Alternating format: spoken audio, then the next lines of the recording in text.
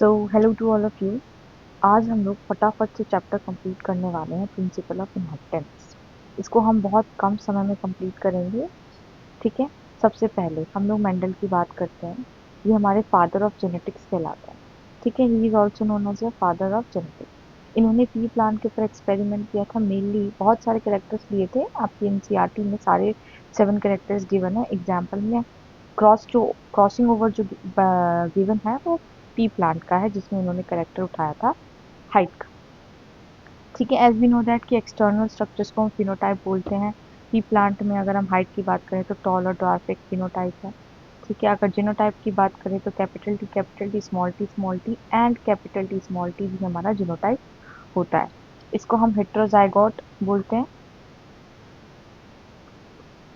और ये हमारे दोनों होमोजाइगोट्स हैं, ये रिसेसिव वन है और ये डोमिनेंट वन। ठीक है, तो ये हमारी स्टोरी होती है बच्चों। इसको भी हम टॉल कहते हैं और ड्वार्फ के लिए हमारा स्मॉल टी होता है। ठीक है, वी नो दैट कि फादर ऑफ जेनेटिक्स हम विबर्ज और मैंडल को कहेंगे। इन्होंने पी प्लांट के ऊपर काम किया था, 7 साल के लिए काम किया था, फ्रॉम 1856 टू 1865 तक। पी प्लांट क्यों लिया था? क्योंकि उसके पास बहुत ही सुंदर सुंदर करेक्टर्स थे। एनुअल प्लांट था, बाइसेक्सुअल प्लांट था। ठीक है, और 14 प्योर लाइन वेराइटीज लेने में आसानी हुई इन लोगों को। बाइसेक्सुअल था इसलिए हम उसमें सेल्फ पॉलिनेशन भी करा पाए। अब 14 कौन कौन से कैरेक्टर्स थे? Basically 7 pair characters which means 14 characters. तो पहला था स्टेम हाइट, जिसमें टॉल और डार्क। फिर फ्लावर कलर, जिसमें डोमिनेंट वॉयलेट देन वाइट। जो यहाँ लिखा है वो डोमिनेंट है, जो यहाँ लिखा है वो आपका रिसेसिव है। ठीक है, फिर फ्लावर पोजीशन में एक्सियल पोजीशन मतलब एक्सिस पे लाइक दिस, और टर्मिनल मतलब टर्मिनल पोजीशन। पॉड शेप मतलब छिलके का शेप एक ऐसा होता है और एक ऐसा होता है। ठीक है, pod colour green and yellow. Seed shape round and wrinkled. Seed colour yellow and green. अब हमें पता है कि उन्होंने ऐसा क्यों लिया, क्योंकि ये करेक्टरिस्टिक थे। नाउ उसके बाद सबसे पहले उन्होंने क्रॉसेस करवाए। क्रॉसेस जो किए तो सबसे पहला क्रॉस जिसमें उन्होंने सिर्फ एक ही करेक्टर लिया, जो एक करेक्टर उन्होंने उठाया बच्चों, वो जो क्रॉस किया उसको हमने मोनोहाइब्रिड क्रॉस बोला।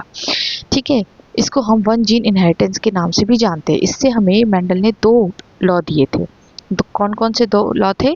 एक था लॉ ऑफ डोमिनेंस और दूसरा law of segregation. Law of dominance में उन्होंने ये बोला कि कुछ ऐसे स्ट्रक्चर्स होते हैं, हमारा जो करेक्टर है वो कुछ ऐसे डिस्क्रीट स्ट्रक्चर्स से कंट्रोल होता है, उसको उन्होंने फैक्टर बोला, जिनको हम आज के ज़माने में जीन्स के नाम से जानते हैं। ठीक है, सो ही सेड दैट कि जो फैक्टर्स हैं they are in pairs, alright, and in heterozygous condition मतलब डिफरेंट डिफरेंट एलीज जब हों, तो डिफरेंट डिफरेंट एलीज जब प्रेजेंट होंगे किसी भी एक इंडिविजुअल प्लांट में, तो उसके अंदर जो डोमिनेंट होगा वो अपने आप को एक्सप्रेस करेगा, रिसेसिव अपने आप को एक्सप्रेस नहीं कर पाएगा। ठीक है, ये कहानी दी थी। और उन्होंने ये जो 7 कैरेक्टर्स लिए थे बच्चों, ये आपको याद रखने हैं कि कौन कौन से क्रोमोसोम नंबर पे थे। मान लीजिए सीड शेप क्रोमोसोम नंबर 7 पे, कलर क्रोमोसोम नंबर 1 पे, फ्लावर कलर भी क्रोमोसोम नंबर 1, पॉड शेप भी 4 पे, सॉरी, पॉड कलर 5 पे, फ्लावर पोजीशन 4 पे, and stem height is also on the chromosome number 4। ठीक है, दूसरा लॉ क्या दिया था उन्होंने? लॉ ऑफ सेग्रीगेशन, जिसमें उन्होंने ये बोला था कि भाई गैमेट्स बनेंगे। ठीक है, गैमेट्स बनने के बाद ही जो है 2 एलील्स होंगे, वो बेसिकली पहले सेग्रीगेट होंगे और हर एक ईच गैमेट में एक एक एलील प्रेजेंट होगा, तभी तो वो आगे जो डिप्लॉयड है बनाएगा फर्टिलाइजेशन करके। इससे हमारा क्रोमोसोम नंबर जो है वो कंजर्व्ड रहता है। ऑलराइट, की पॉइंट्स हमें पता है एलील क्या होते हैं, डिफरेंट फॉर्म ऑफ जीन्स। जैसे कि मान लो टॉल है, ये करेक्टर है, इसके डिफरेंट फॉर्म ऑफ जीन्स देखने को मिलेंगे, एक ये डोमिनेंट के लिए और एक स्मॉल टी, मतलब बेसिकली हाइट, टॉल और ड्वार्फ। ठीक है, तो ये एक ऑल्टरनेटिव फॉर्म्स हैं, तो इसको हम एलील बोल देते हैं। गैमेट्स हमें पता है क्या होते हैं, रिप्रोडक्टिव सेल्स, स्पर्म और एग्स को बोलते हैं। होमोजाइगस मतलब सेम सेम, हेट्रोजाइगस मतलब डिफरेंट एलील्स। ठीक है, कंक्लूजन क्या आया था हमारे मोनोहाइब्रिड क्रॉस से? आप इधर देखें, जब उन्होंने कैपिटल टी और स्मॉल टी को फ्यूज़ करवाया था बच्चों, तो पहली जो जनरेशन आई थी उसमें सारे के सारे टॉल आए थे, ऑल टॉल। फिर उसको उन्होंने सेल्फिंग कराई, सेल्फिंग जब कराई तो फिनोटिपिक रेशियो और जीनोटिपिक रेशियो आया। फिनोटिपिक में 3:1 आया, 3 टॉल आए और 1 ड्वार्फ आया। जीनोटिपिक में एक कैपिटल टी वाला टॉल था, एक स्मॉल टी और कैपिटल टी वाला, और एक दो थे स्मॉल कैपिटल टी और स्मॉल टी वाले, और एक था स्मॉल टी वाला। ठीक है, हमारी यहाँ पे क्लैरिटी हो गई। तो हमने कंक्लूजन क्या निकाला कि भाई F1 जनरेशन में बोथ पेरेंट्स रिसेंबल होते हैं। ठीक है, रिसेंबल्स बोथ द पेरेंट्स। अब effect of both allele are equally expressed, no mixing of effect of the two alleles. उन्होंने ये बोला कि भाई कोई मिक्सिंग नहीं होती है। ठीक है, जो बोथ एलील है वो इक्वली अपने आप को एक्सप्रेस करते हैं। अगर नेक्स्ट एक्सेप्शन क्या था, इनकम्प्लीट डोमिनेंस और को डोमिनेंस। इनकम्प्लीट डोमिनेंस का मतलब कि ना ही कोई एक अपने आप को एक्सप्रेस करने वाला है, ठीक है, और ना ही कोई एक अपने आप को रिसेसिव दिखाएगा। दोनों का ही कोई इंटरमीडिएट हमको मिलने वाला है। उस पर हमारी जो एक्सपेरिमेंट्स हुए वो स्नैपड्रैगन और एंड्रोहिना मेजर्स के ऊपर हुआ। एक और होता है बच्चों, मिराबिलिस जलापा नाम का एक प्लांट था, उस पर भी हमारा ये इनकम्प्लीट डोमिनेंस दिखाया जाता है। ये 4 o'clock प्लांट भी कहलाता है। ठीक है ना, इधर देखिए, ये आपने कैपिटल आर प्योर लाइंस ली, वैसे ही होगा जैसे पहले करा था। स्मॉल लिया, फिर उसके हमने गैमेट्स बनाए, फिर फ्यूज़ कराया। तो हमें यहाँ पे रेड मिलना चाहिए था, लेकिन मिला हमें पिंक कलर, तो इंटरमीडिएट कलर मिला। Here the genotype ratios were exactly, चलो देख लेते हैं ये लाइन क्या कहना चाह रहा है। फिर हमने वही है क्या करवाई, सेल्फिंग करवाई। जब हमने सेल्फिंग करवाई दोनों की, ये देखो, हमने जब सेल्फिंग करवाई तो यहाँ पे पुनेट स्क्वायर बना दिया, कैपिटल आर और स्मॉल आर दोनों का फ्यूजन करवाया, तो हमें एक रेड, दो पिंक और एक वाइट मिला, और जीनोटिपिक रेशियो भी सेम ही मिला। तो यहाँ पे हमने एक बात नोटिस करी कि जीनोटिपिक और फिनोटिपिक रेशियोज दोनों ही सिमिलर हैं।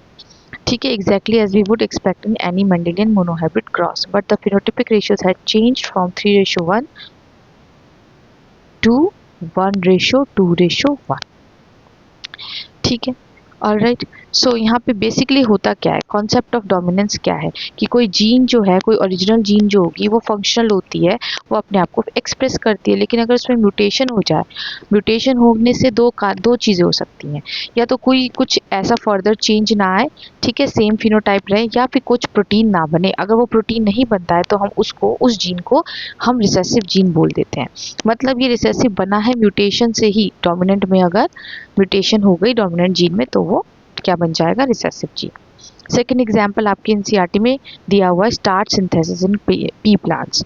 ठीक है, ये बी जीन है जो कि दो कैरेक्टर्स को कंट्रोल कर रहा है, साइज को और शेप को। ठीक है, स्टार्च ग्रेन की साइज और सीड की शेप। ऑलराइट, यहाँ पे ये एक एंजाइम प्रोड्यूस करता है, स्टार्च ब्रांचिंग एंजाइम। नाउ देखो ध्यान से, अगर कैपिटल बी है तो जो स्टार्च का ग्रेन साइज है वो लार्ज है, ऑब्वियसली डोमिनेंट, लेकिन और स्मॉल बी है तो स्मॉल होगा, राइट।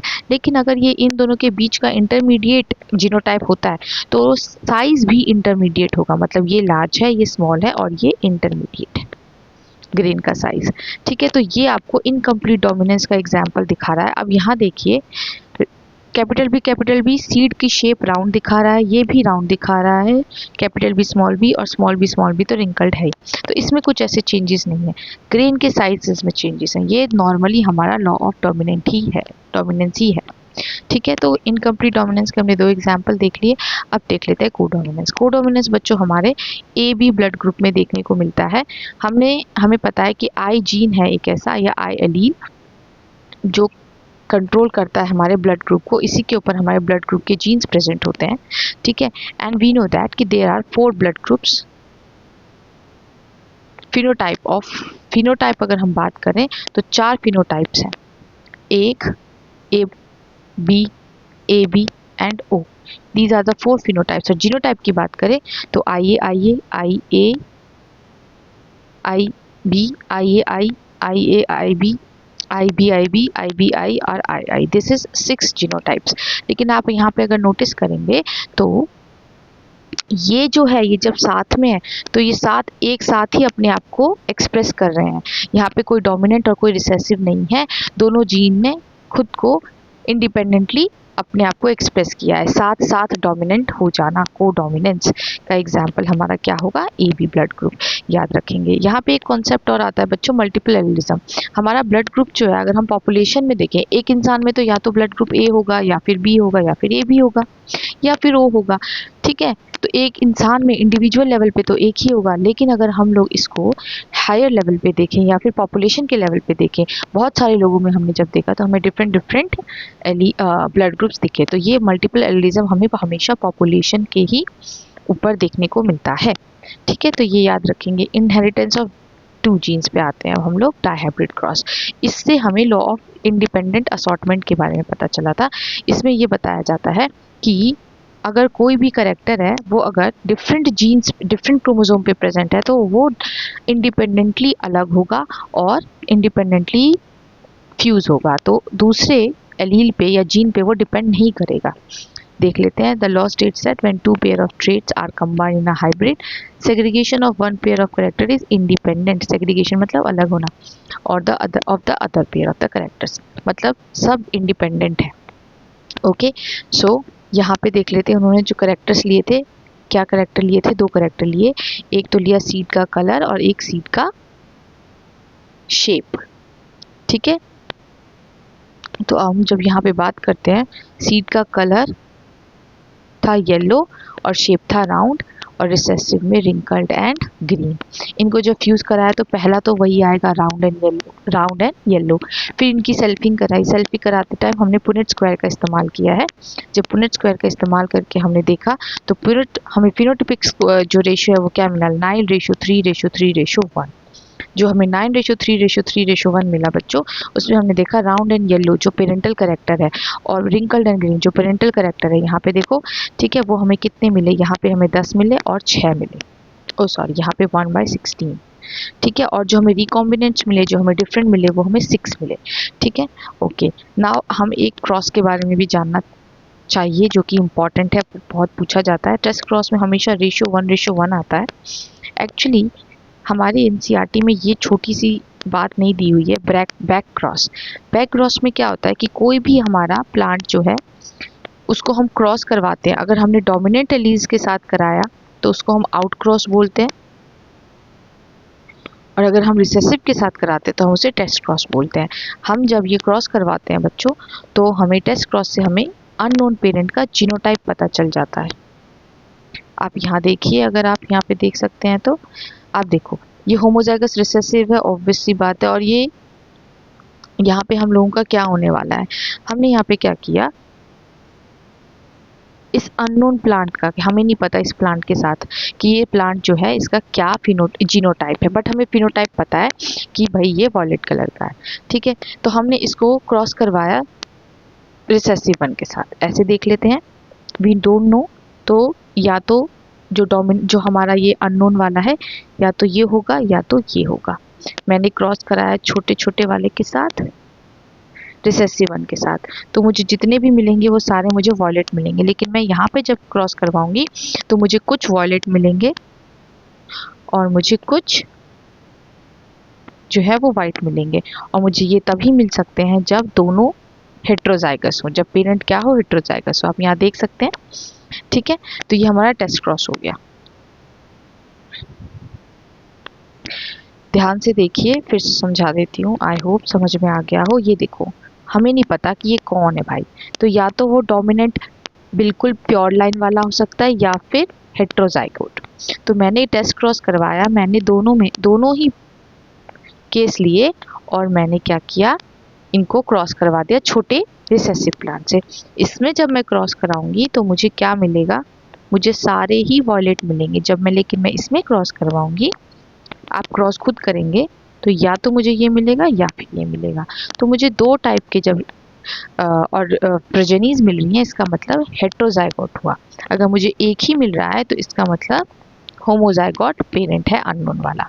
ठीक है, यहाँ पे इन्होंने दोनों से क्रॉस करवाया है। Okay, now let's move to the next one. अच्छा, रीडिस्कवरी हुई थी हमारे मेंडल के काम की। ठीक है, अलग अलग 3 साइंटिस्ट थे 1900 में, ह्यूगो दी व्राइस, कॉरेंस एंड वॉन शेमार्क। इन्होंने इंडिपेंडेंटली मेंडल के रिजल्ट को दोबारा रीडिस्कवर किया था। अब नेक्स्ट आते हैं हम लोग क्रोमोसोमल थ्योरी ऑफ इनहेरिटेंस पे। क्रोमोसोमल थ्योरी ऑफ इनहेरिटेंस बच्चों Walter Sutton and Theodore Boveri ने दी थी 1902 में। इन्होंने मेंडल के वर्क को और सेल डिवीजन, उस टाइम पे माइक्रोस्कोप वगैरह डिस्कवर हो गए, इन्वेंट हो गए थे। ठीक है, तो इन दोनों ने मेंडल के वर्क को और सेल डिवीजन को अच्छे से पढ़ा लिखा और बताया कि भाई क्रोमोसोम के ऊपर ही जीन्स होते हैं। उन्होंने ये बोला कि पैरेलल रिलेशन है जीन्स और क्रोमोसोम्स का। तो chromosomes are the carriers of genes, उन्होंने ये बोला। उन्होंने ये भी बोला कि क्रोमोसोम्स जब अलग होते हैं, सेग्रीगेट करते हैं, वो असॉर्ट इंडिपेंडेंटली, असॉर्ट भी इंडिपेंडेंट मतलब अलग होंगे और फॉर्म साथ में मिलेंगे भी। अगर कुछ भी उनमें हो रहा है तो वो इंडिपेंडेंटली हो रहा है। ठीक है, अब पैरेलल बिहेवियर भाई हमने देख लिया, both chromosomes and genes occur in pair. और भी क्या क्या बातें बोली थी, occur in pair, segregate at the time of gamete formation, मतलब अगर मैं ए को जीन और बी को क्रोमोसोम मान लूँ तो दोनों हम नहीं बता पा रहे हैं कि डिफरेंस कौन ए कौन बी, क्योंकि भाई दोनों के सिमिलर चीज़ें, सिमिलर फंक्शंस हैं। ये भी अलग होता है ड्यूरिंग गैमेट फॉर्मेशन, जीन भी अलग होगा, क्रोमोसोम भी अलग होगा। Independent pair segregate independently of each other, one pair segregates independently of one other. यही इस पॉइंट का मतलब है बच्चों। ठीक है, ओके, नेक्स्ट आते हैं अब हम लोग एक्सपेरिमेंटल प्रूफ क्या दिया था बच्चों। हमारे जब फादर ऑफ एक्सपेरिमेंटल जेनेटिक्स की बात करते हैं तो उसमें भी हमारा थॉमस एच हंट मॉर्गन या फिर टी एच मॉर्गन का नाम आता है। उन्होंने एक्सपेरिमेंटल प्रूफ दिया, वहाँ पे उन्होंने ऑर्गेनिज्म किस कौन क्या यूज़ किया, ड्रोसोफिला मेलानोगास्टर, जिसको आप फ्रूट फ्लाई से भी जानते हो। भाई देख रहे हो आप, यहाँ सेक्सुअल डायमॉर्फिज्म दिखता है। हमने ड्रोसोफिला को ही क्यों इस्तेमाल किया टी एच मॉर्गन ने, क्योंकि भाई सेक्सुअली डायमॉर्फिज्म देखने को मिल रहा था कि एकदम क्लियर डिफरेंस दिख रहा था फीमेल्स और मेल्स में। जो मेल्स थे वो साइज़ में छोटे थे और फीमेल्स जो थी वो साइज़ में बड़ी थी। इनका लाइफ स्पैन शॉर्ट होता है, 2 हफ्ते में अपना पूरा लाइफ साइकिल पूरा कंप्लीट कर लेते हैं। 2 बार लिख दिया मैंने, कोई बात नहीं। सेक्सुअल डायमॉर्फिज्म, ठीक है। Single meeting many progeny flies, मतलब भाई एक मीटिंग में बहुत सारे बच्चे पैदा हो जाते हैं जिनको हम स्टडी कर सकते हैं। बहुत डिफरेंट उनके अंदर वेरिएशंस देखने को मिलती हैं। तो इससे हमें बहुत अच्छा एक्सपेरिमेंट क्रोमोसोम्स के ऊपर हमें देखने को मिल जाता है। ठीक है, ये क्वेश्चन आता है बच्चों। लिंकेज एंड रिकॉम्बिनेशन फिर आता है। लिंकेज का मतलब ये है कि अगर क्रोमोसोम बहुत पास है तो एज इट इज पेरेंट से ऑफस्प्रिंग में चला जाएगा। ठीक है, और अगर कोई क्रोमोसोम बहुत दूर है, ठीक है, तो ये होमोलोगस क्रोमोसोम में क्रॉसिंग ओवर हो जाएगी और रिकॉम्बिनेशन बन जाएगा। ठीक है, तो फिजिकल एसोसिएशन ऑफ 2 जीन्स, इसमें भी फिजिकल एसोसिएशन है लेकिन डिस्टेंस होगा। यहाँ पे shows parental gene combination, genes are tightly linked. ठीक है, इनहेरिट एज इट इज। और यहाँ shows non parental combinations, obviously दूर है, क्रॉसिंग ओवर हो गई तो कॉम्बिनेशन हमें कुछ अलग मिला जो कि पेरेंट से अलग था। जीन्स आर लूजली लिंक्ड, तभी तो कॉम्बिनेशन होगा, क्रॉसिंग ओवर तभी तो होगी। ठीक है, नाउ देखिए, ये मैंने अभी बताया आपको, लिंक्ड जीन्स जो है it is inversely proportional to the distance, मतलब अगर डिस्टेंस ज़्यादा होगा तो लिंक्ड जीन्स जो होंगे वो कम बनेंगे। ठीक है, जैसे यहाँ पे देख रहे हो डिस्टेंस कम है तो लिंक्ड जीन्स ज़्यादा होंगे एंड वाइस वर्सा। ठीक है, नेक्स्ट देखते हैं। अब जो हमारे भाई साहब थे टी एच मॉर्गन, उन्होंने क्या क्या करेक्टर्स लिए। पहले तो बॉडी कलर करेक्टर लिया brown and yellow, eye colour लिया red and white, wing type लिया नॉर्मल एंड मिनिएचर। जो डोमिनेंट थे उनको उन्होंने प्लस से डिनोट किया। ठीक है, और इसको नॉर्मल स्ट्रक्चर से। आप यहाँ देख रहे हो कि ये जो जीन्स है ना, ये बहुत पास है। ठीक है, जो बॉडी कलर का और आई कलर का जो जीन है वो बहुत पास है। तो आप यहाँ पे देखेंगे तो पेरेंटल करेक्टर और रिकॉम्बिनेंट्स बन रहे हैं, लेकिन पेरेंटल करेक्टर हमेशा ज़्यादा बनेगा क्योंकि लिंक जीन्स जो है वो ज़्यादा होते हैं। इस वाले बी केस में भी जब आई कलर और विंग टाइप को लिया था तो भी पेरेंटल करेक्टर ज़्यादा है, लेकिन आप ए केस और बी केस देखो तो यहाँ पे पेरेंटल करेक्टर ज़्यादा बन रहे हैं और यहाँ पे पेरेंटल करेक्टर इसके मुकाबले कम है। ऐसा इसीलिए क्योंकि यहाँ पे जीन्स काफ़ी लिंक्ड है, इसलिए इसका परसेंटेज ज़्यादा है। यहाँ पे थोड़े दूर है, इसीलिए यहाँ पे रिकॉम्बिनेंट्स का परसेंटेज थोड़ा सा ज़्यादा है, विच इज़ 37.2%। फिर उनके टी एच मॉर्गन के एक जो है स्टूडेंट आए अल्फ्रेड श्वेटपेंट, इन्होंने एक कॉन्सेप्ट दिया जीन मैपिंग और क्रोमोसोमल मैपिंग का। उन्होंने क्या बोला कि जितनी रिकॉम्बिनेशन फ्रीक्वेंसी होगी उतनी ही डिस्टेंस होंगे हमारे जीन्स के बीच में।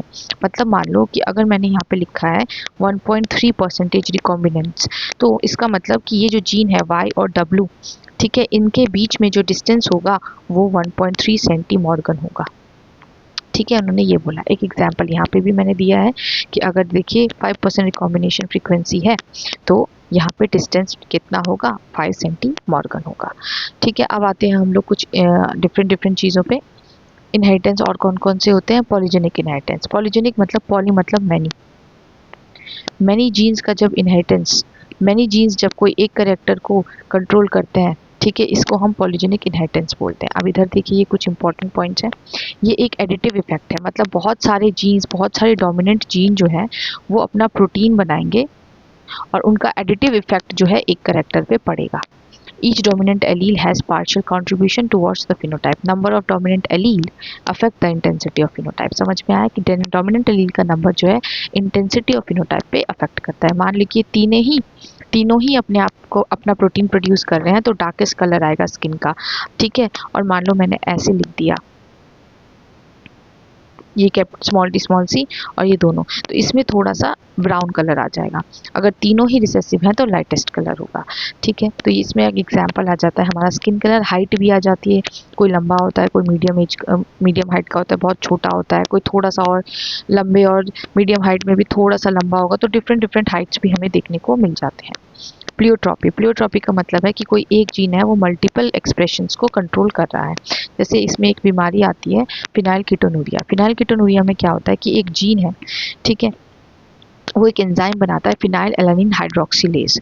वो क्या करता है, फिनाइल एलानिन को कन्वर्ट करता है बच्चों टायरोसिन में, और टायरोसिन रिस्पॉन्सिबल होती है, भाई टायरोसिन हमारी थायराइड हार्मोन के लिए भी रिस्पॉन्सिबल होती है, स्किन की पिगमेंटेशन के लिए भी रिस्पॉन्सिबल होती है, हेयर के कलर के लिए भी रिस्पॉन्सिबल होती है। अगर इसके अंदर कुछ दिक्कत आ गई तो ये तीनों ही बहुत सारे वो फंक्शन जो है वो रुक जाएंगे। जैसे फिर इंसान का मेंटल रिटार्डेशन हो जाता है, ठीक है, reduction in hair and skin pigmentation, ठीक है। ऐसा क्यों होता है, क्योंकि ये नहीं बना, क्योंकि उस एंजाइम में दिक्कत आ गई और ब्रेन में फिनाइल पायरुविक एसिड का एक्यूमुलेशन हो जाता है, ठीक है। तो अब आते हैं हम लोग सेक्स डिटर्मिनेशन पे। सेक्स डिटर्मिनेशन बच्चों हेट्रोगेमेटी पे है। अगर फीमेल हेट्रोगेमेटी है तो फीमेल डिसाइड कर रही है, फीमेल के गैमेट्स डिसाइड कर रहे हैं कि बेबी जो है वो मेल होगा या फीमेल होगा, ठीक है। और अगर मेल हेट्रोगेमेटी है तो मेल डिसाइड कर रहा है। तो देख लेते हैं, ह्यूमंस में एक्स वाई ये मेल हेट्रोगेमेटी है, ठीक है। ड्रोसोफिला में भी एक्स वाई, ग्रासहोपर में एक्सो, ये भी मेल मेल मेल मेल हेट्रोगेमेटी। लेकिन बर्ड्स के अंदर फीमेल हेट्रोगेमेटी देखने को मिलती है। अब यहाँ पे सबसे पहले हमें बताया किसने था एक्स के बारे में। हैंकिन जो है वो इंसेक्ट्स के ऊपर सेक्स डिटर्मिनेशन कर रहे थे, स्पर्मेटोजेनेसिस को पढ़ रहे थे, स्टडीड स्पर्मेटोजेनेसिस। जब वो स्पर्मेटोजेनेसिस पढ़ रहे थे तो उन्होंने कुछ न्यूक्लियर बॉडीज़ देखी। उन्होंने देखा कि 50% स्पर्म में तो न्यूक्लियर बॉडी है लेकिन 50% में नहीं है, और उन्होंने उस न्यूक्लियर बॉडी का नाम एक्स दे दिया, ठीक है ना। हैप्लोडिप्लोप्लॉइडी, हैप्लो मतलब एंड, डिप्लो मतलब two N, right. Sex determination का ये पार्ट है, ये हमें हनी बीज में देखने को मिलता है।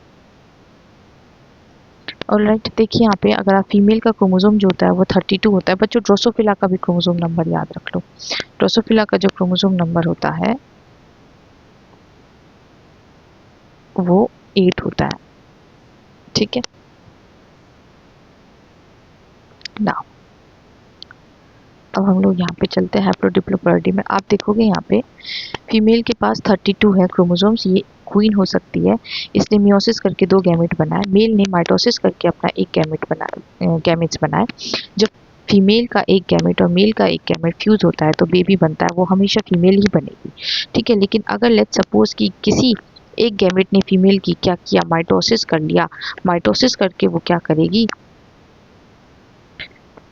वो मेल बना लेगी। यहाँ पे माइटोसिस हुआ होगा तभी तो मेल बन गया। इसको हम पार्थिनोजेनेसिस बोलते हैं, इसको हम बोलते हैं पार्थिनोजेनेसिस। तो आप देखेंगे कि फीमेल से ही मेल बन गया, ड्रोन बन गया।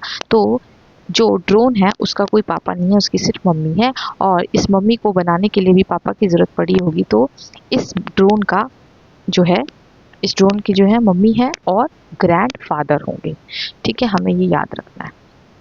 ओके, नेक्स्ट आते हैं म्यूटेशन पे। म्यूटेशन टर्म जो हमें ह्यूगो डी राइस ने दिया था, इसका मतलब ये है कि कुछ सडन चेंज आ जाना जिसकी वजह से वेरिएशंस आ जाते हैं हमारे डीएनए के अंदर।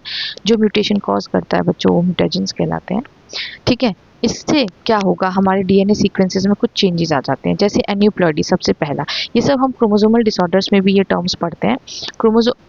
क्रोमोसोमल एब्रिएशन के अंडर एन्यूप्लॉइडी और पॉलीप्लॉइडी आती है। पहले क्रोमोसोमल एब्रिएशन देखें तो इसका मतलब ये होता है, ये कैंसर सेल्स में भी देखने को मिलती है। अगर बड़े लेवल पे डिलीशन हो गया, इंसर्शन हो गया, या डुप्लीकेशन या इन्वर्जन हो गया, ठीक है, क्रोमोसोम्स के अंदर, इन क्रोमोसोम्स तो उसको हम क्रोमोसोम एबरेशंस बोलते हैं। इसमें आता है आपका फर्दर एन्यूप्लॉइडी और पॉलीप्लॉइडी। इसके अंदर क्या होता है बच्चों कि मान लीजिए कि किसी पर्टिकुलर जब ड्यूरिंग एनाफेज जब डिवीजन हो रहा था तो क्या हुआ कि एक क्रोमोसोम एक सेल में चला गया, दूसरा क्रोमोसोम जो है मतलब बेसिकली गेन हो गया। लेट्स सपोज यहाँ पे 46 होने चाहिए थे, ठीक है, या ड्यूरिंग मियोसिस, हम माइटोसिस की बात कर लेते हैं, कोई नहीं, ठीक है। हुआ क्या, लेकिन यहाँ 47 आ गया और यहाँ 45, मतलब यहाँ से एक क्रोमोसोम ऊपर चला गया तो गेन हो गया, इधर एक सेल के पास गेन हो गया और दूसरे सेल के पास लॉस हो गया। तो गेन ऑफ सेल को हम ट्राइजोमी बोलते हैं। जब गेन ऑफ क्रोमोसोम हो जाता है तो उसमें हम 2n+1 लगाते हैं। अगर लॉस ऑफ क्रोमोसोम है तो 2n-1। इसका एग्जाम्पल है डाउन सिंड्रोम, जो कि आपके क्रोमोसोम नंबर 21 में देखने को मिलती है। एक एक्स्ट्रा 21 क्रोमोसोम आ जाता है। टर्नर सिंड्रोम, जिसमें एक क्रोमोसोम हट जाता है, ठीक है, एक्स होना चाहिए था वो ना होके XO हो जाता है, ठीक है, एक क्रोमोसोम कम हो जाता है। ऑलराइट, चलिए पॉलीप्लॉइडी का मतलब होता है पूरा सेट ही डिवीजन हो जाना, मतलब कि साइटोकाइनेसिस नहीं हुआ। जैसे ये देखो, ये एक सेल है, इसके अंदर डिवीजन हुआ, न्यूक्लियस का डिवीजन हुआ तो 46 हुए। अब होना क्या था, साइटोकाइनेसिस होना था, जिससे आपका टीलोफेज स्टेज पे, राइट, साइटोकाइनेसिस से आपके 2 डॉटर सेल्स मिल जाते टीलोफेज के बाद। बट ये नहीं हुआ, ये स्टेप साइटोकाइनेसिस नहीं हुआ, इस सेल के अंदर ही ये न्यूक्लियस रह गए और 92 क्रोमोसोम्स बन गए, ठीक है। तो मतलब होल सेट ऑफ क्रोमोसोम जो है वो इंक्रीज हो गया। ऑलराइट, इसको हम पॉलीप्लॉइडी कहते हैं और ये स्पेसिफिकली हमें प्लांट्स में देखने को मिलता है।